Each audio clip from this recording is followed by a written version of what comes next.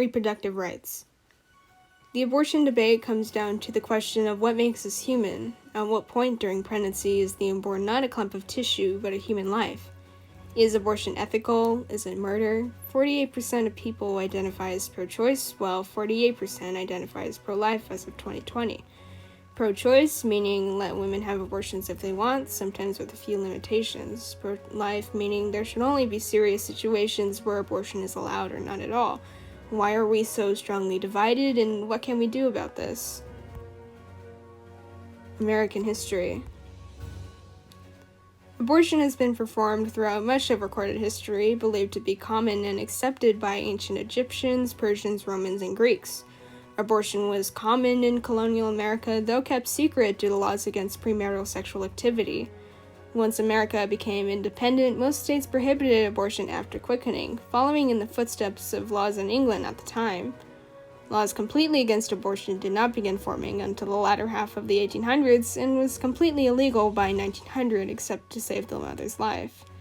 There were many reasons, not entirely due to ethics or religion, but due to abortion often being performed with dangerous methods. Medical advancements also seem to disprove the significance of quickening in the fetal development. Despite being illegal, women still found ways to get abortions from underground services, often dangerous ones. In the 50s and 60s, before being legalized, illegal abortions are estimated to have been around 200,000 to 1.2 million a year by the Guttmacher Institute. Abortion wasn't legalized until 1973. For reference, in 2017, there were estimated to be around 860,000 abortions. Pro-life versus pro-choice. Here are some common pro-life versus pro-choice arguments. Imposing an opinion. Pro-choice advocates believe that when human life begins is an ethical and religious question that people are allowed to have different opinions on. Pro-life advocates believe that abortion is murder of an innocent human being, so to not impose an opinion is like saying murder is a matter of personal choice. Bodily autonomy. Women have the right to do what they want with their body, as the fetus is within her body and she has the right to decide whether it stays or not, says those who are pro-choice. Pro-life advocates believe that the fetus has the same rights as the mother, and one should be expected to carry the pregnancy to term if the alternative is murder. Gender equality. Those who are pro-choice believe that the impact of a pregnancy impacts a woman more than it does a man, so it is important that a woman can control her own body and future. The pro-life movement makes the point that early feminists were pro-life and believed that women needed more alternative options after pregnancy rather than being forced to abort due to societal pressure. They also make the point that despite men and women having different circumstances, they are still equally prohibited from murdering the innocent. Legal or illegal. The pro-choice movement makes the point that making abortion illegal will not stop it from happening, but it will make it more dangerous and women will die. Though pro-lifers state that if one believes that abortion ends a human life, then that's like making murder legal because it will happen anyway. Unwanted children. Pro-choice advocates make the point that it isn't fair and is irresponsible to bring into the world an unwanted child, as they would likely live a horrible life and lower the quality of the life for the parent that didn't want them. The taxpayer price also of supporting a child on welfare is greater than that of an abortion. A pro-life advocate would say that if the unborn are human beings, then killing them is no more justified than killing born children. Abortion versus the Holocaust or slavery.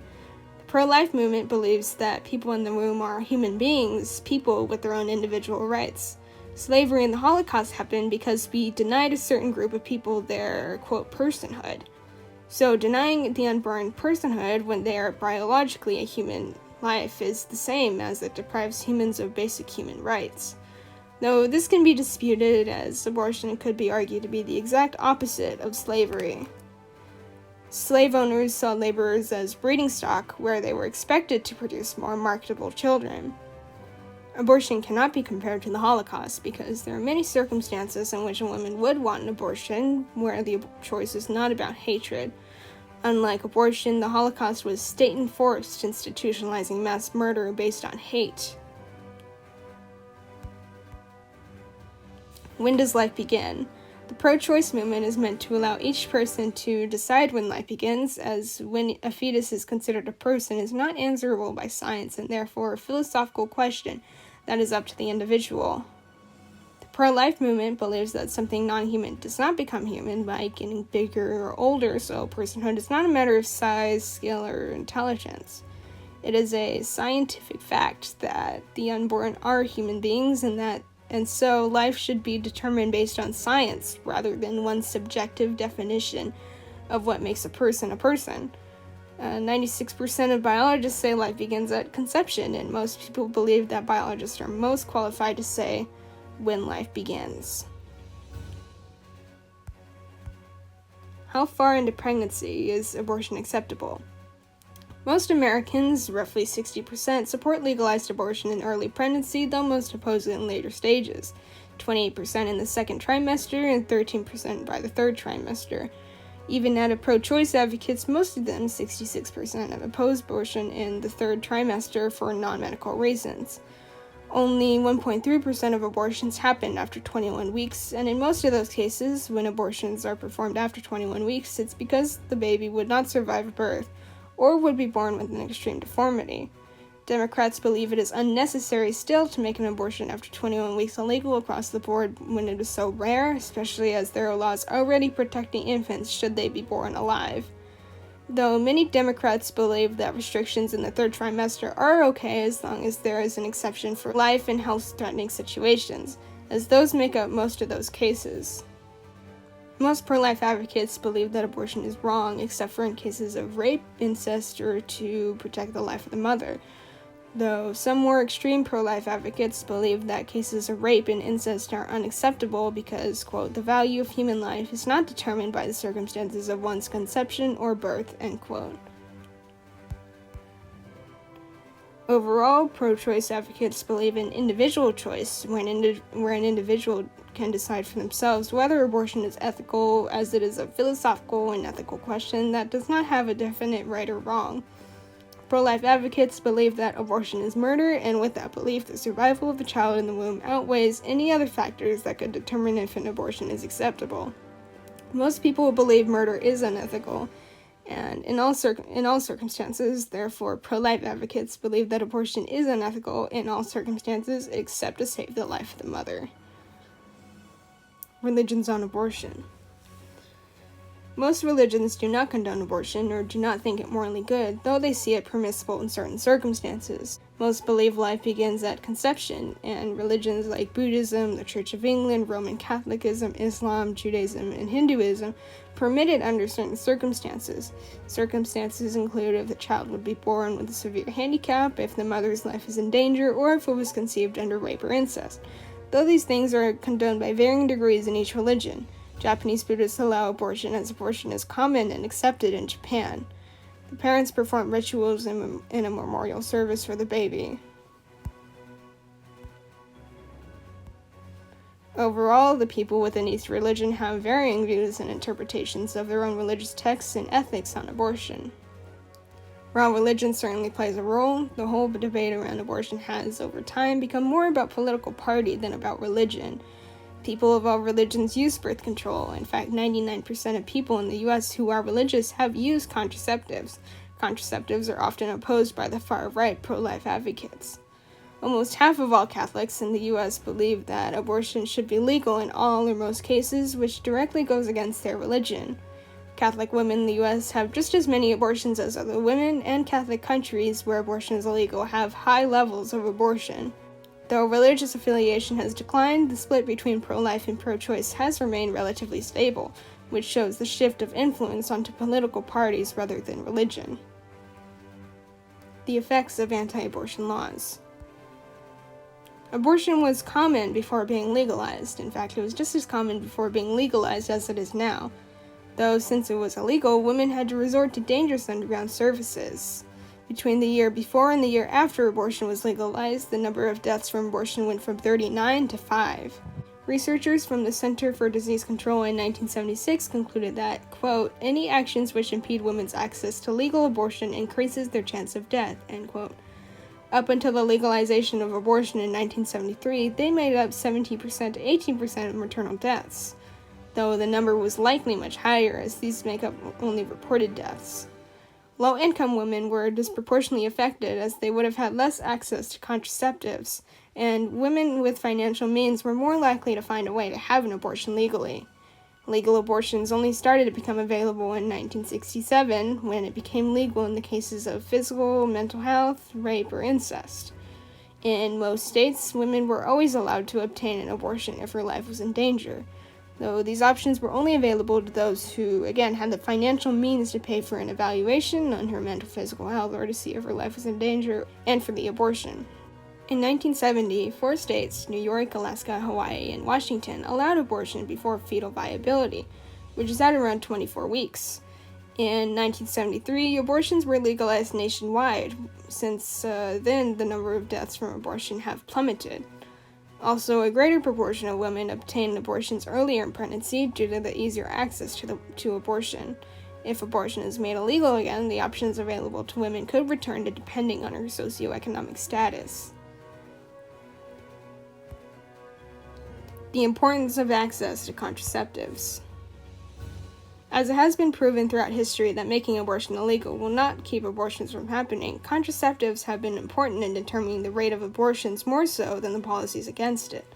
Countries with better access to contraceptives have lower rates of unwanted pregnancies and abortions. Russia is a strong example for how contraceptives affect abortion rates. In Russia, abortion rates are historically one of the highest. This may be due to the legality of abortions since 1920, but unavailability of contraceptives. Russia did not fund family planning and contraceptive services until 1992.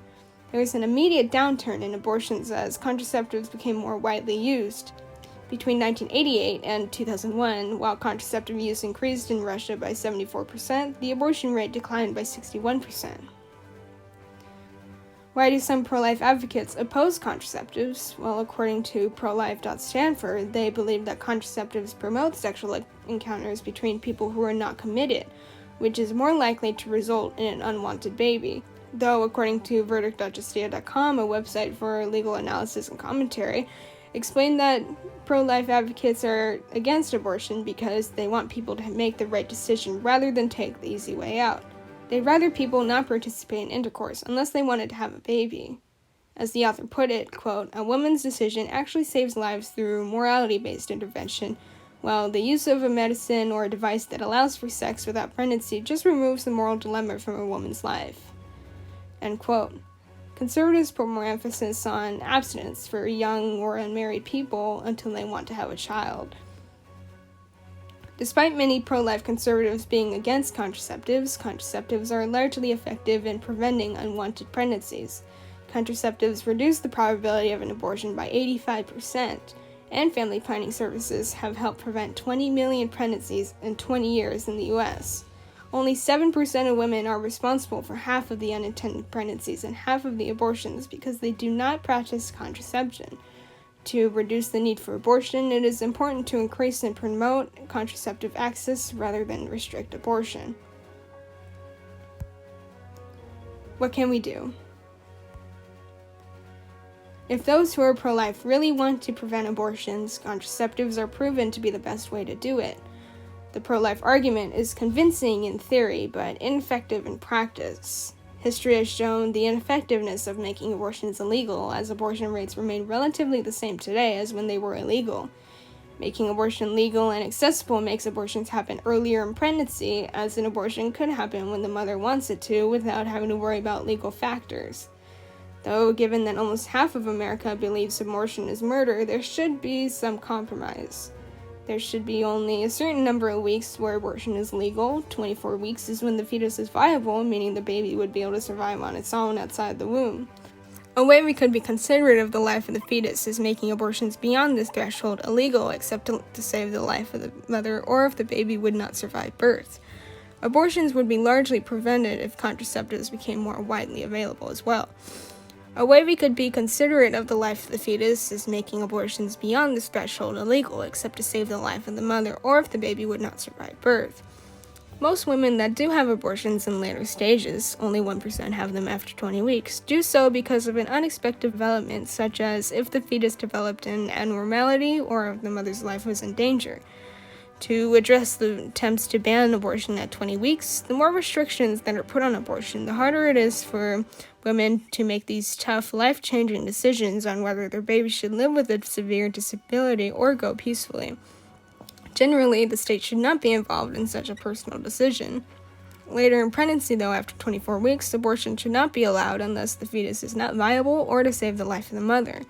Pro-life advocates believe that abortion is the literal murder of babies, so I understand why this is a cause for debate, though their course of action, making abortion illegal, is ineffective and unsafe. The pro-choice movement is not fighting for more abortions per se, but for the government to not intervene with women's health, and for women to be able to make their own moral decisions based on their own individual complex situations. Thank you for watching.